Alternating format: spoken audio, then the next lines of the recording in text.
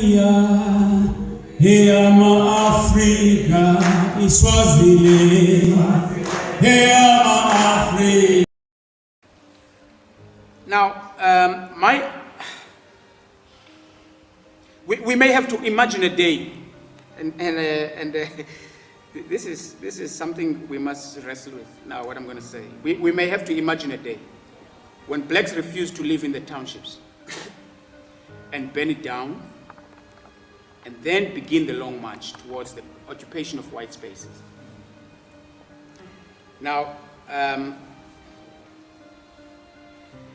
are Marxists here who will remember the story of Mao, Chairman Mao, who marched as he escaped the brutality and the repression. The story says Mao marched for 370 days. That's 1 year and a few days, right? Is it from the north to from the south to the north, from the north to the south? I can't remember exactly how that story goes, but this is a story that is recorded of the long march to freedom by Chairman Mao. In fact, this was his ascent into power, into the leadership of the Communist Party in China. That landed him in that position. And I like that picture of that march, of a year-long march where they persisted and they kept moving, and I'm dreaming and imagining it that day when black people will have nothing to return to, will have nothing to go back to, that they will have to, in fact, say, we do not want to live in the townships anymore. We don't want to enter spaces that are overcrowded, whether it be a classroom or a clinic. We will not enter spaces that dehumanize and denigrate our worth and our dignity. In fact, the best time to do this is after their votes, after August, right? They must put their votes, and then when they've done that, I mean, of course, I doubt if blacks will do this. But let's put it out there, you never know, When they've done that, to then burn down their homes, every umkuku, every shack, every RDP house, and have nothing to go back to, and then begin the long march towards Parliament. We saw the elderly. The elderly people came to Parliament and they slept outside for their mere pension. Blacks can begin that long march, but they cannot do this. I mean, for as long as blacks can go back home, they will not sustain the struggle. For as long as black people know that, after they have done whatever they've done, they've marched and they've sung, they still have to go back home. For as long as there is a home for black people, they will postpone the revolution.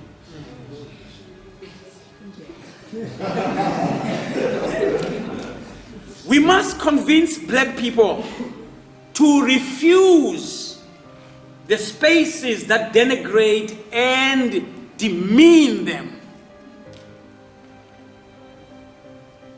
They must come to a place in their lives where they refuse to live in those spaces and burn everything so that they have nothing to go home to, and then begin the march to Parliament.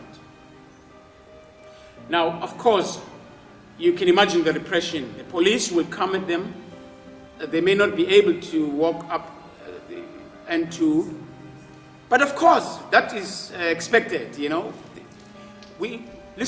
There is no option for us to take up arms. There's just too few of black people who have guns, by the way, and contrary to white homes. In every white home, you have a minimum of 2 guns, and every member of the family knows how to assemble a gun and upload it, including their children.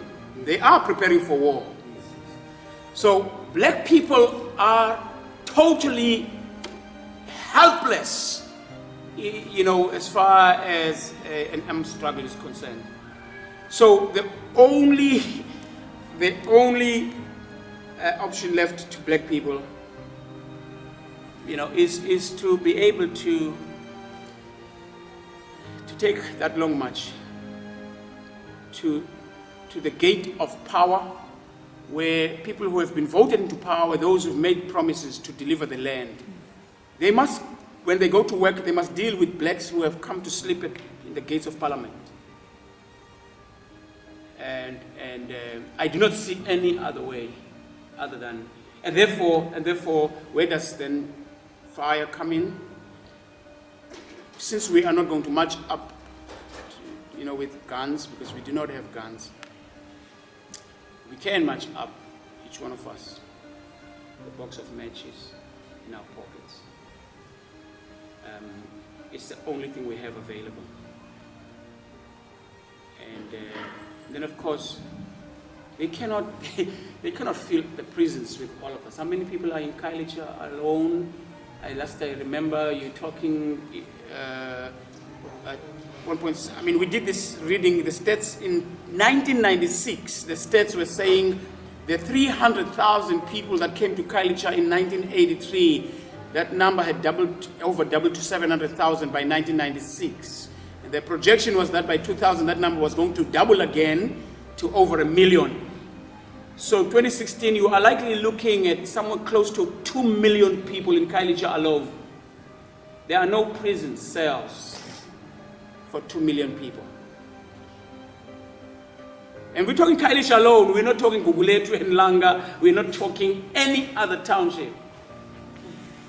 But then how do you get blacks to begin to think at that level?